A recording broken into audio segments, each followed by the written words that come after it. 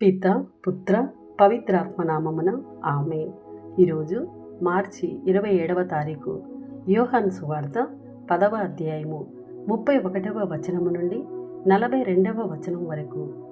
యూదులు మరలా ఆయనను రాళ్లతో కొట్టుటకు రాళ్లను తీసుకొనిరి. యేసు వారిని, తండ్రి యొద్ద నుండి మీకు అనేక సత్కార్యములు చూపితిని, వానిలో దేని కారణమున నన్ను రాళ్లతో కొట్టుచున్నారు అని అడిగెను. అందుకు యూదులు, నీవు మనుషుడవై ఉండియు దేవుడనని అనుచున్నావు, కావున దేవదూషణము చేసినందులకు నిన్ను రాళ్లతో కొట్టుచున్నాము, కాని సత్కార్యము చేసినందుకు కాదు అని అనిరి.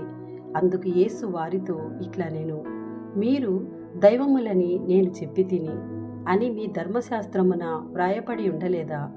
దేవుని వాక్కు ఎవరి వద్దకు వచ్చెనో వారే దైవములని చెప్పిన లేఖనము నిరర్ధకము కానేరదు కదా. అట్లయినా తండ్రి నన్ను ప్రతిష్ఠ చేసి ఈ లోకమునకు పంపెను. అట్టి నేను దేవుని కుమారుడనని చెప్పినందున దేవదూషణము పలుకుచున్నానని నిందారోపణ చేయుచున్నారా? నేను తండ్రి పనులను చేయని ఎడల మీరు నన్ను నమ్మవద్దు, కానీ నేను వానిని నెరవేర్చుచున్న ఎడల మీరు నన్ను నమ్మకపోయినా నా క్రియలనైనా నమ్ముడు. తండ్రి నాయందు నేను తండ్రి యందు ఉన్నామని మీరు గ్రహింతురు. వారు మరల యేసును పట్టుకొనుటకు ప్రయత్నించిరి, కానీ ఆయన వారి చేతులలో పడక తప్పుకొని పోయెను. యోహాను మొదట బప్తిస్మం ఇచ్చిన యోర్దాను ఆవలి తీరమునకు యేసు మరలా వెళ్ళి అచటనే ఉండెను. అనేకులు ఆయన యొద్దకు వచ్చిరి.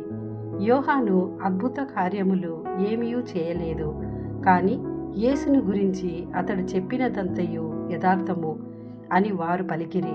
అక్కడ అనేకులు ఆయనను విశ్వసించిరి. ఇది ప్రభుని వాక్కు. సర్వేశ్వరునికి వందనములు.